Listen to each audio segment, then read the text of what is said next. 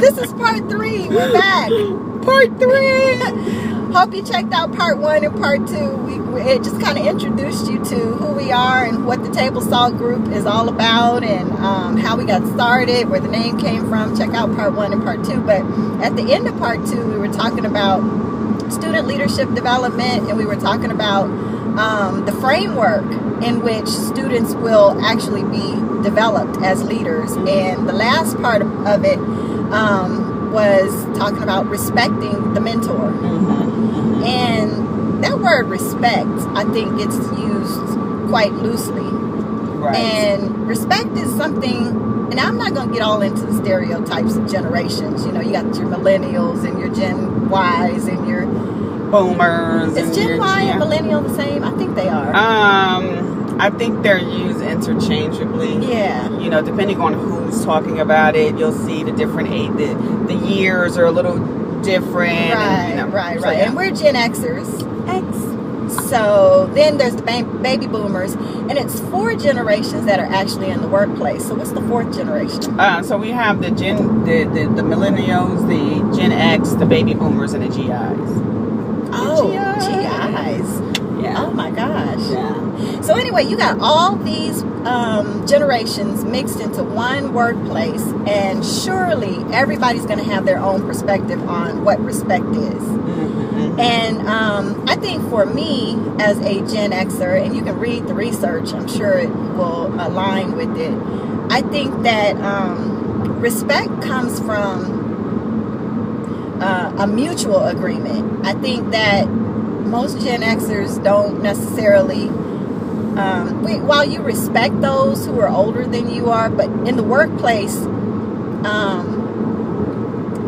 that respect should be mutual. It shouldn't just be assumed.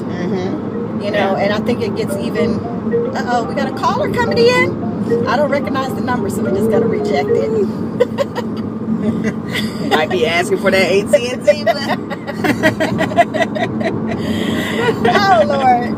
Anyway, and I think with the millennials, it may be to another degree in terms of respect, because everybody throws around this word entitled when they talk about millennials. Right.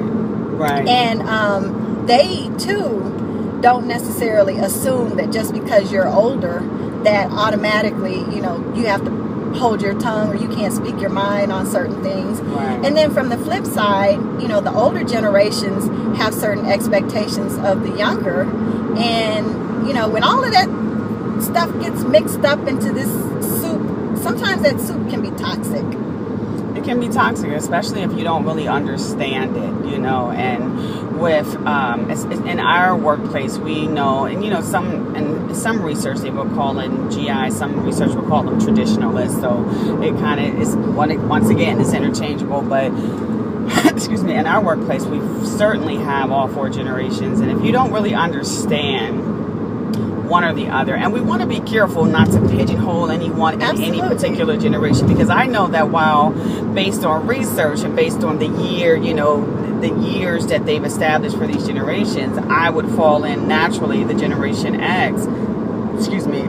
I completely connect with the new millennials. Oh yeah, I think we do have millennial tendencies. Oh, absolutely. And so if we are not conscious about not only who we are and what we represent and what works for us and the way we communicate and the way we deal with issues, and you know what the way we respect authority, because it's different. Look at the new millennials.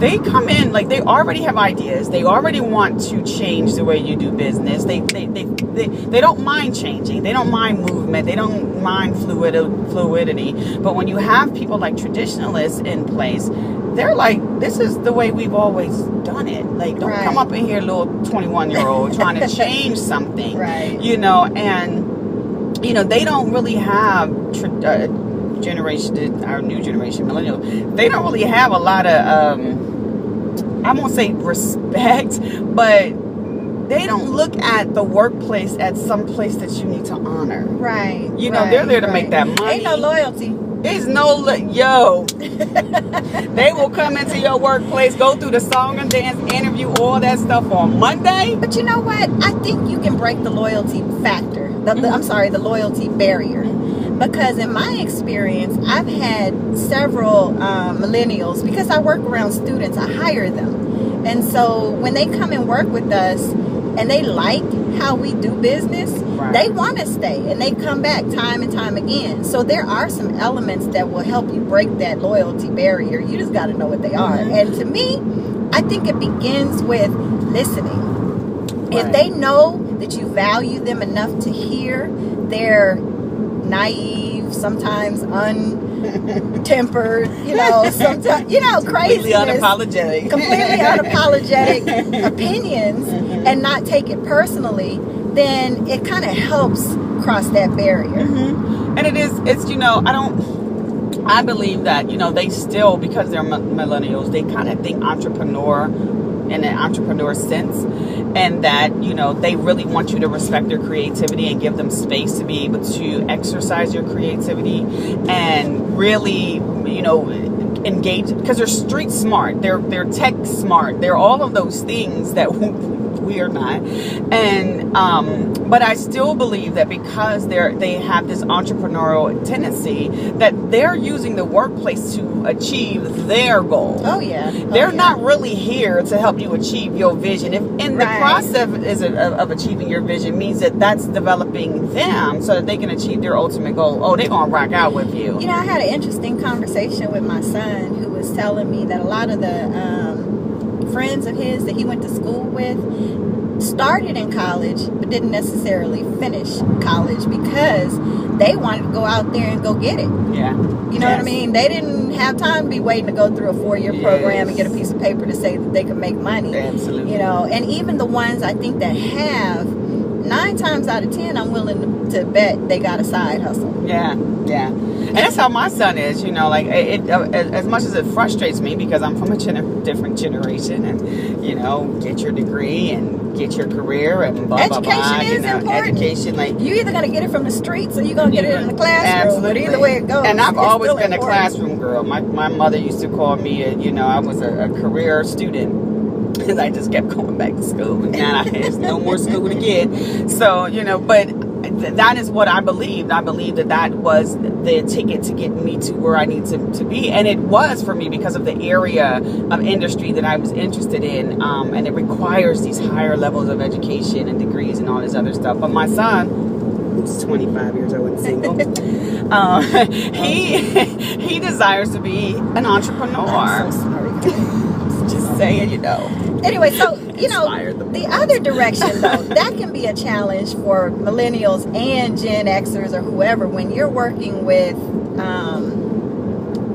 baby boomers or traditionalists or whatever, who do have that mentality of loyalty to the company, and, this is how it's always been done, and this is how it works. One thing I will say about that is in the beginning, I didn't appreciate it. I love seeing progression. I'm not opposed to change unless the change don't make sense to me. If it don't make sense to me, I ain't. Gotta make sense. It's gotta make sense. But anyway, I appreciated it because coming into this leadership role, I was all about trying to find the things that needed to be improved and try to improve upon them with some process or new, this, that, or the other. And 9 times out of 10, those from older generations was like, pause, hold on. Like you said, young whippersnapper, who are you coming up in here trying to tell me I need to change?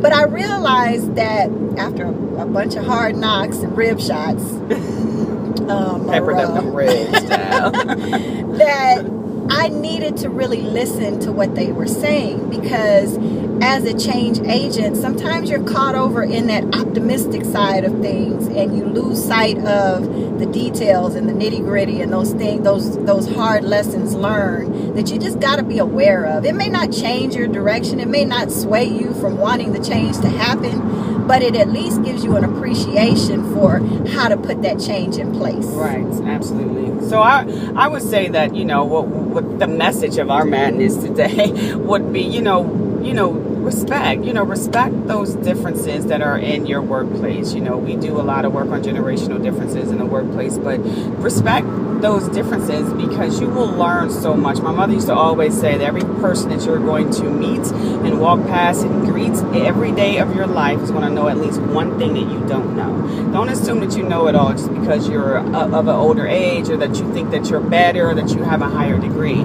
So be respectful and be open-minded and open your ears and receive, from the younger generation. You'll be very surprised what you may learn.